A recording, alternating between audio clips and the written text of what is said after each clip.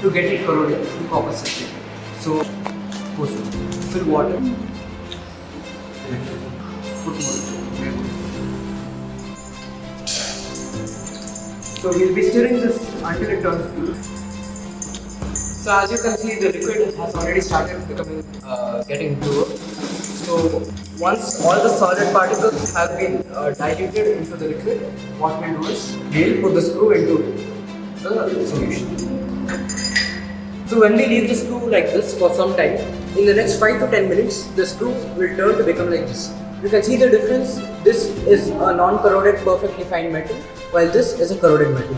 So what happens is when we pour here, the rust comes and accumulates into this. That's basically the displacement reaction from oxygen and ferrous. So yeah, this was our active for today. Thank you. Good morning everyone, my name is Hyderabad. Today I'm going to be explaining whether a metal can react with an acid. This is in acid, base and salt, which is a chapter in grade 10 chemistry. So now I'm going to add zinc metal, which is this over here, along with hydrochloric acid, which is diluted with a little bit of water. So I'm going to first go and put 3 clumps of this zinc metal inside the acid. Alright, so you can clearly see that there is a reaction taking place over here. This is the zinc metal reacting with the hydrochloric acid inside. This is clearly emitting lots of hydrogen, this gas that you can see here. So how can you say that whether hydrogen gas is evolved or not? If you take a flame and put it near the hydrogen gas which is being emitted, you can hear a popping sound, and so that proves that it is hydrogen. We will take after that, we will take N2SO4 in the water of test tube. Then we will mix medium chloride in this.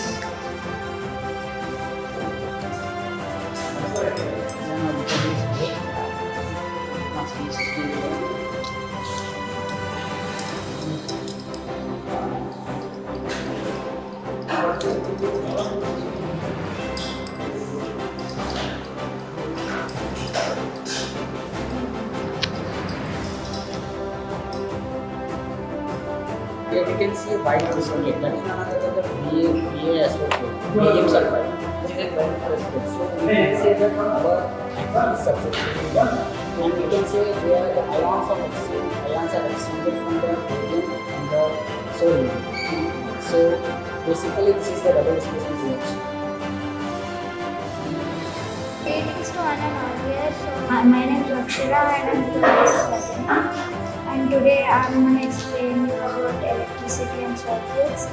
So first we are going to talk about good conductors and bad conductors. Before I start, I would like to say what all I have. I have a glass bottle, like glass, and metal spoons, and eraser, pencil, coin, lid of a pen pencil, and paper, and even a plug point with a bulb. So first we'll see if glass is a good conductor or not. Yeah, it's not a good conductor. So next is metals. So you see this bulb glowing. So this is a very good conductor. So an eraser. This is not a good conductor. And even a pencil is not a good conductor. But a coin is a good conductor. Yeah, even a lid of a pencil is a good conductor. The paper is not a good conductor, so it's a bad conductor. Thank you. This is sulfuric acid with a little bit of water diluted in it, and this is potassium chloride. Now I'm going to be mixing both of this, and there's going to be a reaction that is going to take place. What type of reaction it is? It is an exothermic reaction.